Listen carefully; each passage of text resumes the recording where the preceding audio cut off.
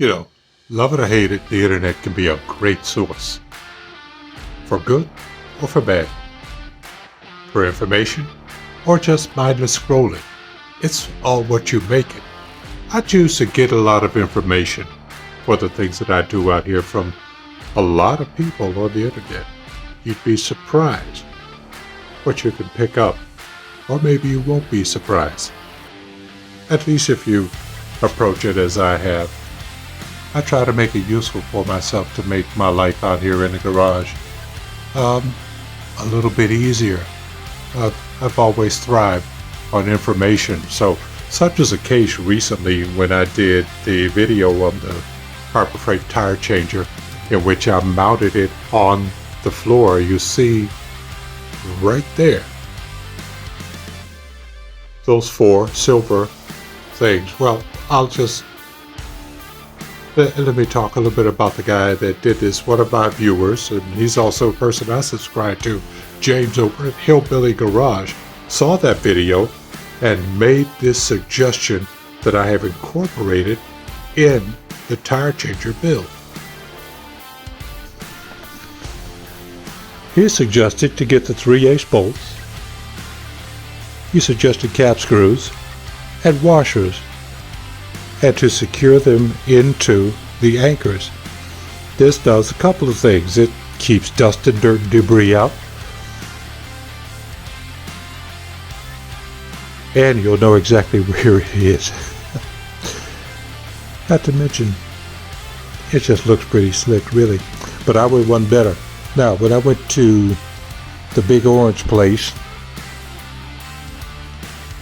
I was hit with sticker shock because their cap screws that were recommended were only available in stainless steel and $5 a piece. That's out of my range. So what I did was simply use carriage bolts. Now, if you know anything about a carriage bolt, it does not have a slot at the top of it, right? No, they don't. Well, these do. So what I did was took my cut-off wheel, cut a slot in there, as you can see, that corresponds to my screwdriver, and now, come on, focus, I can just snug the bolt down in place, and my anchor is secure, dust-free, dirt-free, and I'll know exactly where they are every time. So how about another one? You remember this fiasco, take a look at this mess over here. 2016 Nissan Maxima. The problem, an alternator. To get the alternator out. This is the carnage that ensued just to remove the alternator. So this is the, Lord, I want to curse out an engineer day.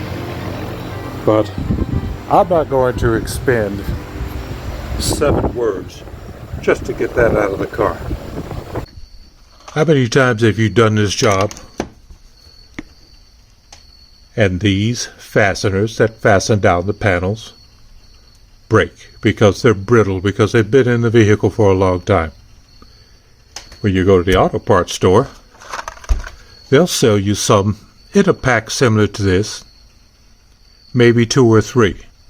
Now, if you've done this, and I'm sure most of you have, about $3.49, maybe $4, I don't know. I haven't bought any recently, but I used to do this just like everybody else. Well, internet to the rescue. On that Maxima that my son and I did last week, we probably needed 100 of these things. So, Timu once again comes through with a bag of 200 assorted fasteners that you would need to do panels in your engine bay and even inside your car. $5 for 200. Can't beat it. Can't beat it. So my next my next hack is out of necessity. Now I have this black iron oxide socket that my aging eyes have a difficult time seeing what it is in terms of size. Oh, it's big. But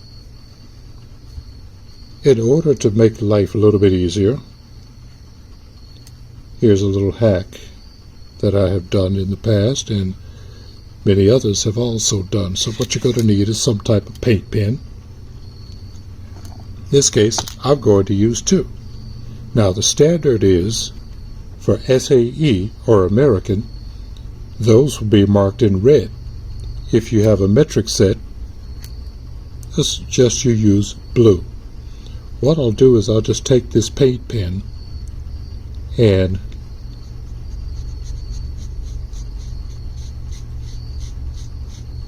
mark the writing on the socket.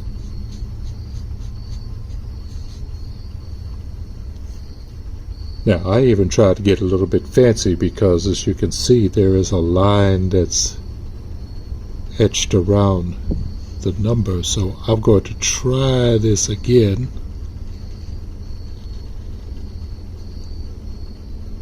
See if I can highlight that line. Now, see the sharp tile there? I suggest you use mineral spirits, but I've also done it with carburetor cleaner. Acetone works. However, what I have found out in doing this is acetone dries way too quickly for this process. So, like you see right there, I've outlined the name of it just for kicks and giggles. And going to let that set up just a little bit. Just a little bit. Now remember, we're dealing with 2 colors here, so.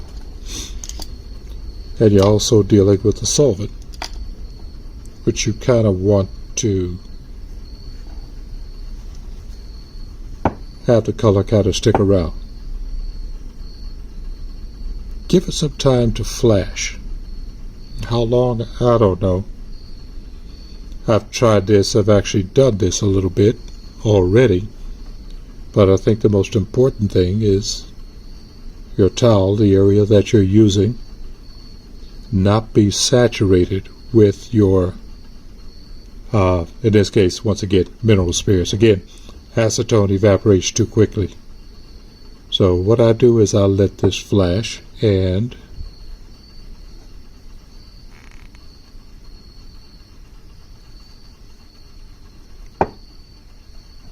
first pass, I just roll it so I can kind of get a visual there to see where the paint is.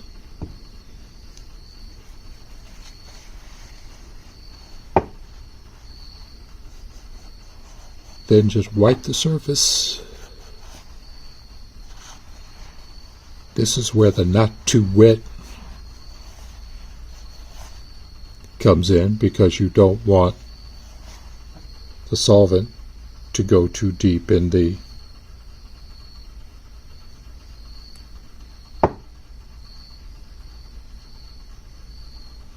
into the crevice. Now, see, yeah, let's try it again.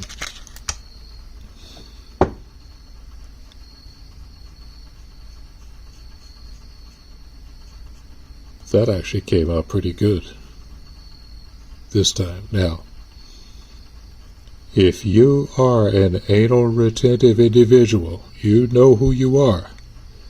You're so tight, couldn't stick a straight pin up your rectum. We're going to keep this PG and medically correct. Haha. Maybe this isn't for you. But anyway, my aging eyes, so I need all the help I can get. So let's try it again. We want it wet enough to just wipe off the excess on the surface, leaving the paint in the crevice.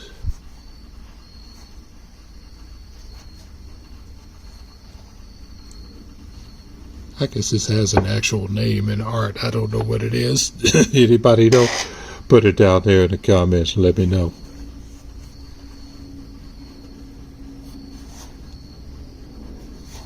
In the grand scheme of things, this portion of it is not the biggest deal. The biggest deal for me is knowing what size this puppy is. When I open up the toolbox and I'm looking for it, and you know, unless you have one of those high-dollar toolboxes, you're not going to be able, you know, maybe you got one of those high-dollar toolboxes where you open it up and the light comes on. And you can see everything in your toolbox, in your socket section. I don't have such luxury, so this is my little hack. And it works for me so far. So we're going to let that sit a little bit, and ah, shucks. Let's just take the mystery away. Let me show you what I've done so far with this set.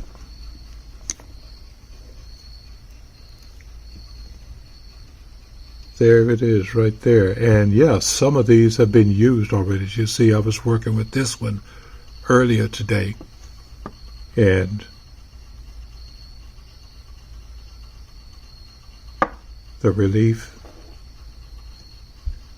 showed up quite well. Now that's going to make it so much easier for me to tell what socket I am reaching for. Now, the majority of those sockets are unused, whereas these actually got used, and as you can see, the more use they are, the easier it shows up. So if you're doing this process on sockets that are black oxide and they've already been used, you could even do this on the chrome ones too. I suggest that you wipe the oil off of them so to give the paint an opportunity to adhere to the surface. Now let's see what kind of result we get here.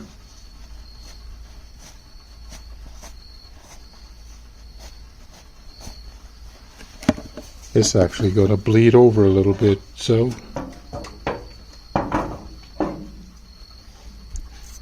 going to have to get a little bit more on it.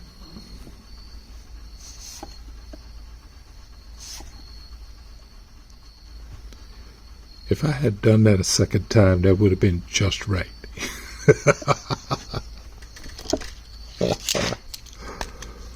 But you get the general idea of this process.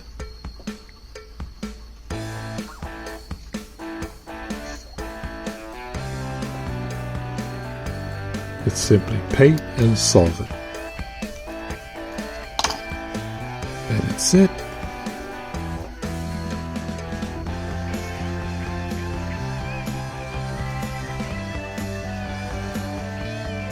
Oh.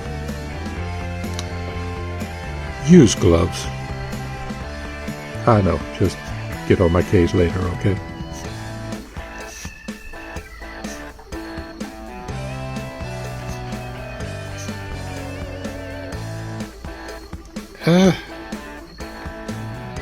I'm gonna call that good.